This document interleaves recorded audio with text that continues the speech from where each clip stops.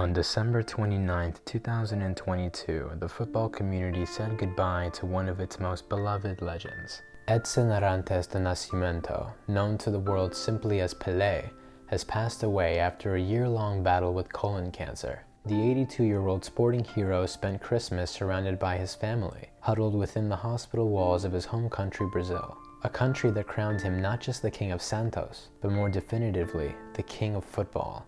As the only player to ever win 3 World Cups across 3 decades, Pele truly sits on a throne of his own. But Pele was before my time. Having been born at the turn of the century, I was never lucky enough to actually see him play with my own eyes. Instead, my personal understanding of Brazil's greatest player has been a learning experience, an experience I'd like to share with you all. So join me today in mourning as we learn about Pele, the greatest player we never saw. Welcome back to the channel, guys. You're watching the Sideline Starters, and my name is Andy, first team all sideline. I just want to take this opportunity to give players their flowers while they're still here. So do me a favor, in the comment section below, let me know who your footballing hero is and why. Thanks for tuning in, guys. Let's get started. Pele was born on October 23, 1940 in the city of Três Corações, but would spend his childhood in the football mecca of Sao Paulo. Despite his father having played for Brazilian club Fluminense, Pele grew up in poverty, with grapefruits and stuffed socks serving as his first makeshift footballs. Pele would play for several amateur clubs such as Bauru Athletic Club, but went on to shine while playing futsal, the indoor version of the beautiful game, famous for its 5-a-side format that rewarded close control and quick decision-making. The young boy was playing against grown men and beating them handedly, and by the summer of 1956, 15-year-old Pele was signed by Port City club Santos FC, scoring on his club debut that same September. And by the age of 16, Pele finished as top scorer of the Brazilian league. And by 17, the prodigy from poverty would embark on a journey that would transform him into a global superstar.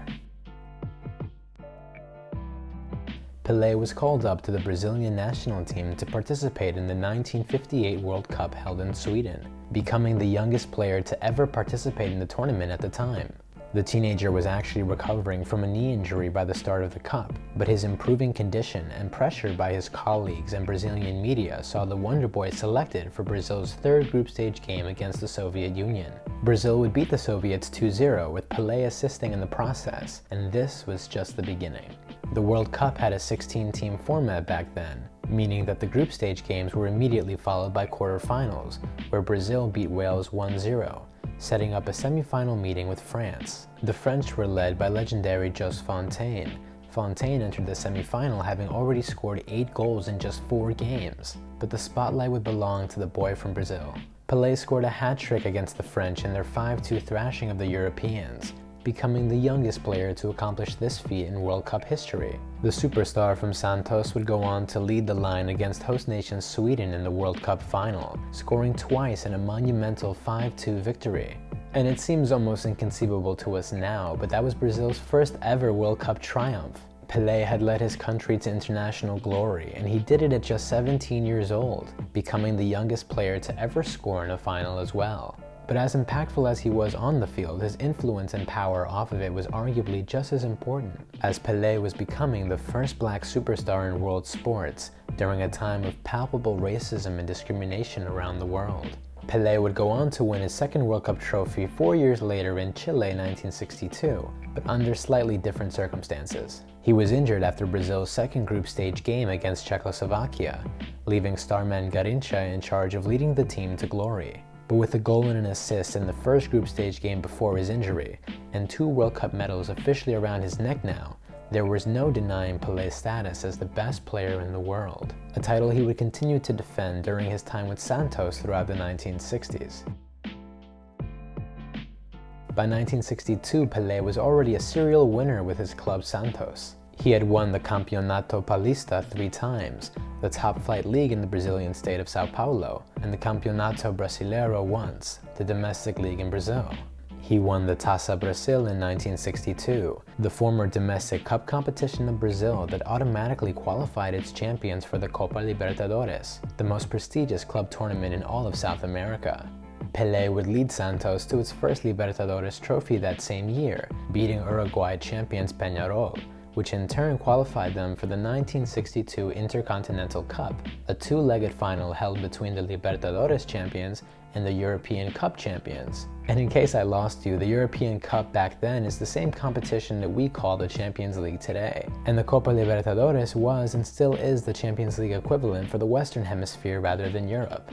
Long story short, it was a big deal. So in 1962, Santos would play back-to-back European champions Benfica over two legs, to ultimately decide the best team on earth. Benfica were led by one of the greatest players of all time in Portuguese forward Eusebio.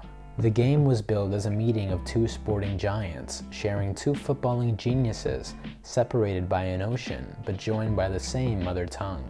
It was Europe versus South America, but more importantly, Portugal versus Brazil. Santos won the first leg 3-2 and the second leg 5-2, for a total aggregate score of 8-4. Pele scored twice in the first leg and netted a hat-trick in the second, contributing to 5 of Santos' 8 scores, with his second leg heralded as arguably the greatest performance in Intercontinental Cup history. Santos would defend their Libertadores trophy the following season in the final against Argentine champions Boca Juniors, sealing their place in the Intercontinental Cup final for the second year in a row. They would play European Cup winners AC Milan, led by the iconic Gianni Rivera. The Italian giants had beaten Eusebio's Benfica en route to facing Pele's Santos in the final, where each team would grab a 4-2 victory, resulting in a third leg, ultimately ending in a 1-0 victory for Pele's side. Santos were the best team on the planet, and they had proved it against Europe's champions 2 years in a row. Pele would continue to amass trophies for the rest of the decade, collecting another 3 Campeonato Brasileiros and 5 Campeonato Paulistas, making him one of the most decorated players of his era, alongside Real Madrid legends Alfredo Di Stefano and Ferenc Puskás. But Brazil had crashed out of the World Cup in 1966, failing to make it past the group stage after winning back-to-back trophies in the years prior. And so the stage was set for Pelé to redeem his country's honor at the start of the new decade. Pelé entered his 4th and final World Cup with a Brazilian side ready to reclaim their place atop the football food chain. The king was supported by legends of the game, including defender and captain Carlos Alberto, the mustached midfielder Rivellino, and the frightening forward Jairzinho. This collection of skill, speed, and strength has been regarded by many as arguably the best national team ever assembled, and they proved it. They won all 3 group stage games, including a match against reigning champions England, with Pelé finding the back of the net 3 times and Jairzinho scoring 4 as well. They beat Peru 4-2 in the quarterfinals and took care of Uruguay 3-1 in the semis, setting themselves up for a final against 2-time World Cup champions and reigning 1968 Euro champs Italy. And what followed was an exhibition of skill and precision that colors the pages of football history to this day, literally. It was the first World Cup final televised in color, as the yellow and blue Brazilians battered the outmatched Azzurri, exhibiting a gallery of goals from Jairzinho, Gerson, and Pelé, with the King's assist for Carlos Alberto's goal in the 86th minute sealing Brazil's 4-1 masterpiece. Pelé lifted the World Cup trophy for a record 3rd time in the Estadio Azteca, and is still, over 40 years later, the only player to ever accomplish this feat. Pelé had cemented his place as a football immortal, closing the chapter on his legendary international career 1 year later. He retired from Brazil with almost all notable scoring records, and here are some of the ones that he still holds to this day. Pelé is the joint top scorer for the Brazilian national team, has the highest goal per game ratio for any South American in international football, was the youngest player to ever score in a World Cup final, and has the most assists in World Cup history. But despite retiring from the national team, Pelé would continue to play for Santos, winning his final title for his boyhood club in 1973, splitting the Campeonato Paulista with Portuguesa. Pelé would say goodbye to Santos in 1974, after his 19th season with the club, appearing to retire from world football altogether, until he came out of semi-retirement just 1 year later for one final adventure. In the final act of Pelé's career, the king of football would touch down on American soil. In 1975, he signed with the New York Cosmos of the North American Soccer League with 2 objectives in mind: to win silverware in the Empire State and more importantly, to grow the sport of soccer in the United States. And that's exactly what he did. Pele introduced soccer to a country obsessed with other sports like American football, baseball, and basketball. His star power attracted fans, media, and journalists from all over the world, and even managed to bring several other world-class players to America too. All-time great Franz Beckenbauer and former teammate Carlos Alberto joined Pele in New York in 1977. Former Ballon d'Or winner George Best signed with the Los Angeles Aztecs that same year, and Johan Cruyff, the genius behind total football, arrived in LA a year later. Pele spent 3 years in the NASL, amassing 66 goals in 107 appearances, all while playing in his early 30s. Pele, Beckenbauer, and Carlos Alberto led the Cosmos to the Soccer Bowl in 1977, leaving the city that never sleeps with a title they would never forget, beating the Seattle Sounders 2-1 in a sold-out Civic Stadium. Pele would say his final goodbye to football in a ceremonial match between the Cosmos and Santos. Pele was adorned by 70,000 fans at Giant Stadium screaming his name, as Jeff Carter, son of then-President Jimmy Carter, offered the following tribute. Pele has elevated the game of soccer to heights never before attained in America, and only Pele, with his status, incomparable talent, and beloved compassion, could have accomplished such a mission. The United States of America is deeply grateful.